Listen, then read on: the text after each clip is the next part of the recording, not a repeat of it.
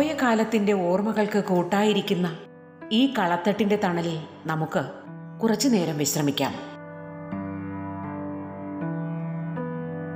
മലയാളികളുടെ മനസ്സിൽ ഗൃഹാതുരത്വമുണർത്തുന്ന ഈ കാഴ്ചകൾ ഇന്ന് വളരെ അപൂർവമാണെങ്കിലും ചില സ്ഥലങ്ങളിൽ നമുക്കിപ്പോഴും കാണാൻ സാധിക്കും.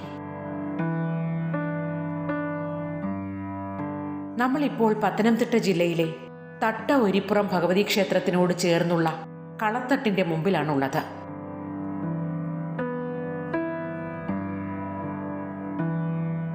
ഇവിടെ കിഴക്കും പടിഞ്ഞാറുമായി 2 കളത്തട്ടുകൾ നമുക്ക് കാണാം. തട്ടയിലെ 8 കരക്കാരുടെ വകയാണ് ഒരിപ്പുറം ഭഗവതി ക്ഷേത്രം. അക്കാലത്ത് ക്ഷേത്രകാര്യങ്ങൾ ചർച്ച ചെയ്യുന്നതിനും പ്രദേശവാസികൾ തമ്മിലുള്ള തർക്കങ്ങൾ പരിഹരിക്കുന്നതിനും നാട്ടുകാർക്ക് വിശ്രമിക്കുന്നതിനും വിനോദത്തിനും ഈ കളത്തട്ടുകൾ ഉപയോഗിച്ചിരുന്നു. വഴിയമ്പലങ്ങൾ എന്നും കളത്തട്ടുകൾക്ക് വെളിപ്പേരുണ്ട്. ഇവിടെയുള്ള 2 കളത്തട്ടുകളും വഴിയമ്പലങ്ങളായി ഉപയോഗിച്ചിരുന്നുവെന്ന് തൊട്ടടുത്ത് കാണുന്ന ചുമട് താങ്ങി നമ്മെ ബോധ്യപ്പെടുത്തുന്നു. പഴയകാല കേരളത്തിലെ ഗ്രാമീണ ജീവിതവുമായി ഏറെ ഇഴുകിച്ചേർന്ന ചരിത്രമാണ് കളത്തട്ടുകൾക്കുള്ളത്. വാഹനഗതാഗതമില്ലാതിരുന്ന അക്കാലത്ത് ദൂരയാത്ര ചെയ്യുന്നവർക്കും തലച്ചുമടായി സാധനങ്ങൾ കൊണ്ടുപോകുന്നവർക്കും ആശ്രയമായിരുന്നു ഈ വഴിയമ്പലങ്ങൾ. പരസഹായമില്ലാതെ ചുമടിറക്കി വയ്ക്കുന്നതിനായി കരിങ്കല്ലിൽ തീർത്ത ചുമട് താങ്ങികൾ തൊട്ടടുത്തായി നിർമ്മിച്ചിരുന്നു. ശുദ്ധജലത്തിനായി കിണറും മൃഗങ്ങൾക്ക് വെള്ളം കുടിക്കാനായി കൽത്തൊട്ടികളും മിക്ക വഴിയമ്പലങ്ങളോട് ചേർന്ന് നിർമ്മിച്ചിരുന്നു. ചില വഴിയമ്പലങ്ങളിൽ വേനൽക്കാലത്ത് സൗജന്യ സംഭാര വിതരണവും ഉണ്ടായിരുന്നു.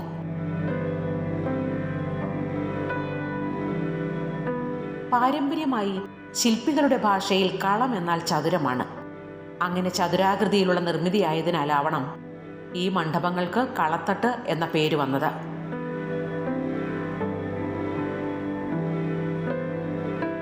നാല് കൽത്തൂണുകളിൽ തറനിരപ്പിൽ നിന്നും കുറച്ചുയരത്തിലായാണ് കളത്തട്ടുകൾ നിർമ്മിച്ചിരുന്നത്.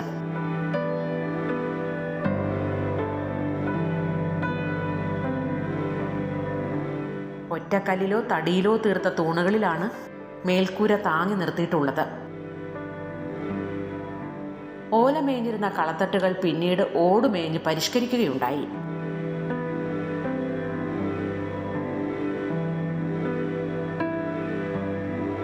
നാലു വശത്തു നിന്നും കാറ്റും വെളിച്ചവും കടക്കത്തക്ക രീതിയിലാണ് കളത്തട്ടിന്റെ നിർമ്മാണ രീതി. കല്ലുപാകിയോ പലക നിരത്തിയോ ആണ് ഇരിക്കുന്ന ഭാഗം നിർമ്മിച്ചിട്ടുണ്ടാവുക.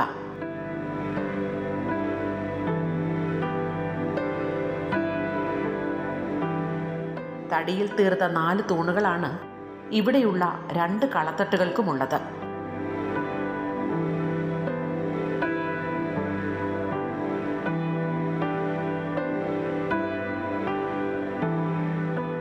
എന്നാൽ വ്യത്യസ്ത അളവുകളിലും രീതിയിലുമാണ് 2 കളത്തട്ടുകൾ നിർമ്മിച്ചിട്ടുള്ളത്.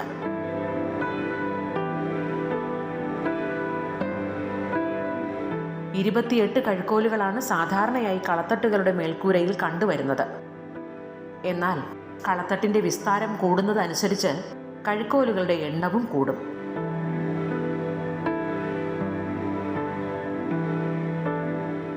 നാല് തൂണുകളെ കൂട്ടിയോജിപ്പിക്കുന്ന പോതികയിൽ ഉറപ്പിച്ചിട്ടുള്ള ഉത്തരത്തിൽ നിന്നും മേൽക്കൂരയിലെ മകുടത്തിലേക്ക് സമർത്ഥമായി കൂട്ടിയോജിപ്പിച്ചിട്ടുള്ള കഴുക്കോലുകളാണ് കളത്തട്ടുകളുടെ നിർമ്മാണത്തിലെ പ്രധാന സവിശേഷത.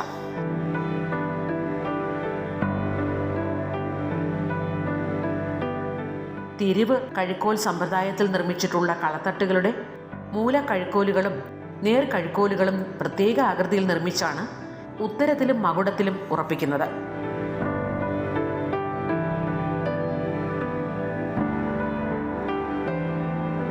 ചില കളത്തട്ടുകളുടെ മകുടങ്ങൾ ക്ഷേത്രത്തിന്റെ താഴികക്കുടങ്ങൾ പോലെയായിരിക്കും നിർമ്മിച്ചിട്ടുള്ളത്. പൂർണ്ണമായും വാസ്തുശാസ്ത്രപ്രകാരം നിർമ്മിച്ചിട്ടുള്ള ഈ കളത്തട്ടുകൾ അക്കാലത്തെ വിദഗ്ധരായ ആശാരിമാരുടെ കരവിരുതിൻ്റെയും ബുദ്ധികൂർമ്മതയുടെയും ഉത്തമ ഉദാഹരണങ്ങളാണ്.